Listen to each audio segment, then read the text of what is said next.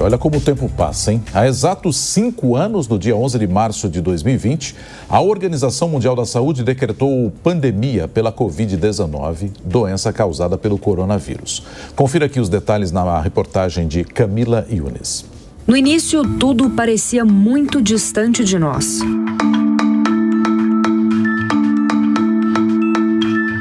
Mas foi questão de meses para que o vírus saísse da China e se espalhasse por todos os continentes. A OMS acaba de declarar o coronavírus como uma pandemia. Foi no dia 11 de março de 2020 que o diretor-geral da OMS, Tedros Adhanom, anunciou a pandemia de coronavírus. A OMS está avaliando o surto a todo o tempo. E estamos profundamente preocupados com os níveis alarmantes de propagação e pela inação alarmante. Fizemos então a avaliação de que o Covid-19 pode ser caracterizado como uma pandemia. O novo vírus desafiava a ciência e os médicos, que exaustos lutavam contra a Covid e as notícias falsas. As imagens das grandes cidades se assemelhavam a cenas de filme, com ruas desertas e praticamente todos os comércios e pontos turísticos fechados. Hoje, toda a movimentação da metrópole é muito diferente daquele vazio silencioso. Ainda em março de 2020, 15 dias após a Organização Mundial da Saúde decretar o início da pandemia de coronavírus, o governo do estado de São Paulo anunciou o lockdown, que inicialmente teria duração de 12 dias. No entanto, as medidas de distanciamento social duraram quase 2 anos. Hoje começa a quarentena decretada pelo governo do estado de São Paulo, pelo prazo de 15 dias até 7 de abril. Todos já sabem os aspectos que correspondem a esta quarentena. Os espaços de lazer deram lugar aos hospitais de campanha para atender um número cada vez maior de pacientes, já que os hospitais estavam lotados. O novo normal escondeu os sorrisos através das máscaras, distanciou afetos e colocou o termômetro e o álcool em gel como aliados indispensáveis nessa luta. A vida exigiu adaptação. As aulas remotas fizeram os professores encontrarem uma nova forma de educar e prender a atenção do aluno. O contato tinha de ser o menor possível. Compras online e por drive-thru eram as únicas formas de comprar o que não fosse considerado essencial.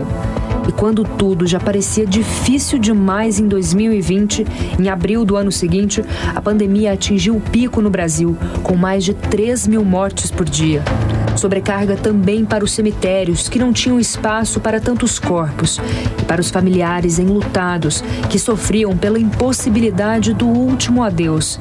Enquanto um lado da ciência lutava contra a doença nos hospitais, do outro, pesquisadores corriam contra o tempo nos laboratórios em busca de uma vacina.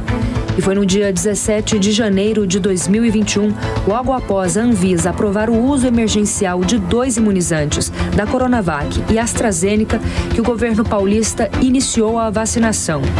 A primeira pessoa a receber a vacina no país foi Mônica Calazans, momento histórico que foi um divisor de águas, como lembra o infectologista e vice-presidente da Sociedade Brasileira de Imunizações, Renato Kifuri. Importante destacar que a Covid-19 a gente pode dividir em 2 etapas, a era pré-vacinação e a era depois das vacinas.